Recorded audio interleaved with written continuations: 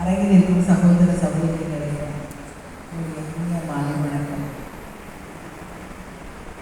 நல்ல நேரத்தில் நல்ல நாள், இந்த ஈஸ்டர் நல்ல ஒரு மாலை பொழுதுல நம்ம எல்லாரும் சேர்ந்திருக்கிறோம். ஆகவே நல்லா இன்றைக்கு கொஞ்சம் தாமதமானாலும் மகளிர் தினத்தை நம்ம ரஜினி அவர்கள் அழகாக கொண்டாடி கொண்டிருக்கிறார்கள். பல துறைகளிலிருந்து தேர்ந்தெடுத்து பரிசுகள் கொடுக்க போகிறாங்க. நான் அந்த பட்டியலை பார்த்தேன். ரொம்ப அருமையான தேர்வு.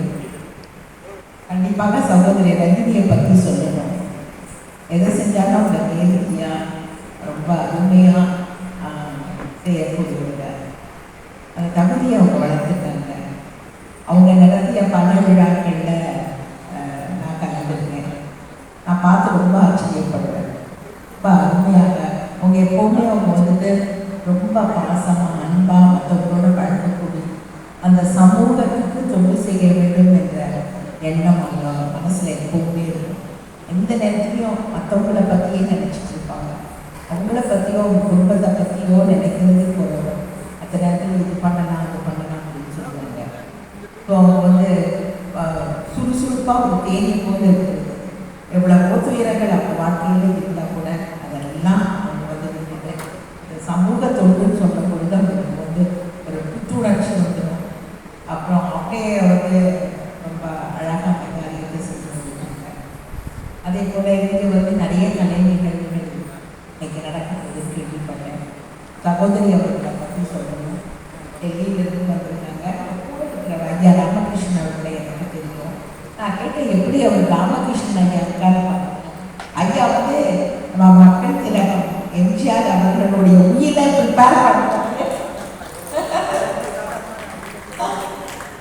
இவர் தான் அதை தயாரிச்சார், எழுதுறது டிராஃப்டிங்.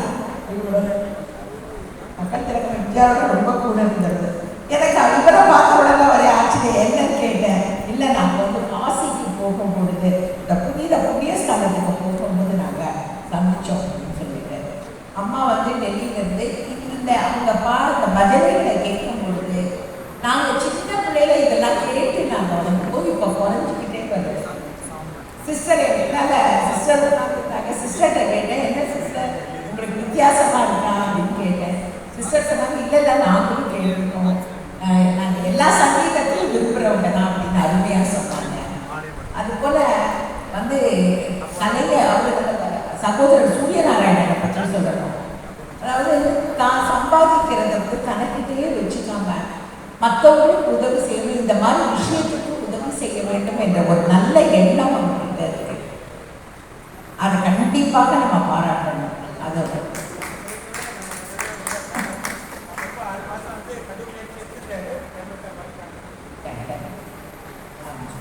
கண்டிப்பாக. ஏன்னா இங்கேதான் இந்தியா வாழ்வது.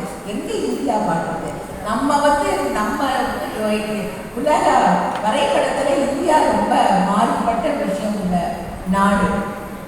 எந்த ஊரில் இந்த மாதிரியெல்லாம் பார்க்க முடியும். எவ்வளவு அழகாக நம்ம கதைகளை ஸ்ரீராம புகழ, ஆஞ்சநேயர் புகழ, அது பாட்டோட இதெல்லாம் நம்ம மறைச்சு போகாமல் நம்ம கண்டிப்பாக நம்மளுடைய நம்ம அடுத்த சந்ததிகளுக்கு இதை கண்டிப்பாக கொண்டு போகிறோம். இந்த மாதிரி ஆசிரியர்கள் தேவை கண்டிப்பாக. இப்போ நம்ம பிரதம ஐயா அவர்கள் இதை வளர்த்துக்கிட்டு இருக்காங்க. அதெல்லாம் விட்டு போயிடக்கூடாது.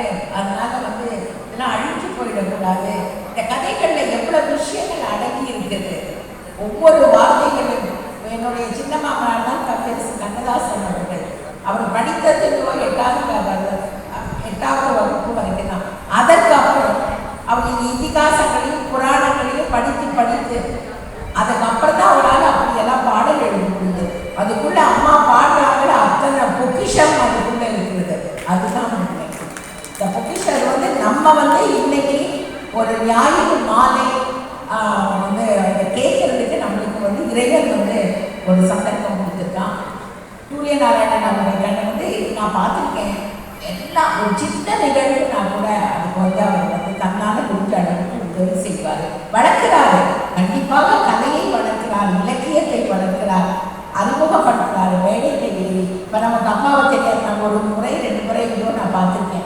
பட் இன்னைக்கு பாரு, அதாவது எங்கேயோ இருந்த முட்டை எடுத்து கொண்டாந்து நம்ம கிட்ட காமிச்சிருக்காங்க. நிஜமா நான் சொன்னேன், அந்த பஜனை கேட்கும்போதே என்னோட பாரிய பருவத்துக்கே நான் போயிட்டேன். அதெல்லாம் எங்கள் பள்ளிக்கூடத்துல எல்லாம் பாடுவாங்க. நாங்கள் இப்போ எங்க எல்லாம் வேற மாதிரி ஆயிடுச்சு. பட் ஆனால் அதெல்லாம் அழிச்சு போகாம நம்ம வந்து வளர்க்கணும். அதற்காக வந்து கண்டிப்பாக சூரியநாராயணன் அவரும் கலைத்துறையிலிருந்து வந்தவர் தான்.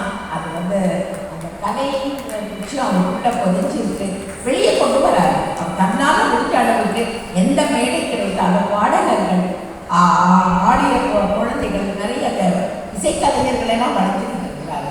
கண்டிப்பாக வந்து அந்த மாதிரி சொல்லணும். அதே போல ரஜினி அவர்கள் அவர் வந்து நாங்கள் டெல்லிக்கெல்லாம் பயணம் பண்ணோம்.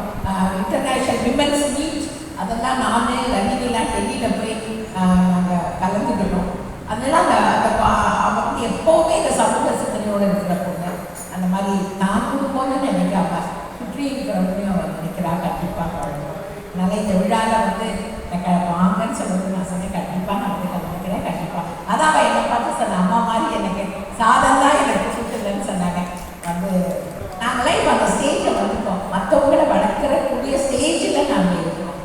கவிஞர் சொல்லுவார், அந்த பாராட்டுறது கூட நல்லா பாராட்டணும்னு சொல்லுவாங்க. குறைவா பாராட்டக்கூடாது, ஆனால் நிறைஞ்சி நல்லா வளர்க்கணும். அது போல என்றோ அவங்க பெற்றோர்கள் கற்றுக் கொடுத்த பாடல்கள், இந்த கதைகளை அம்மா வந்து இது வந்து ரொம்ப புனிதமான இடம்.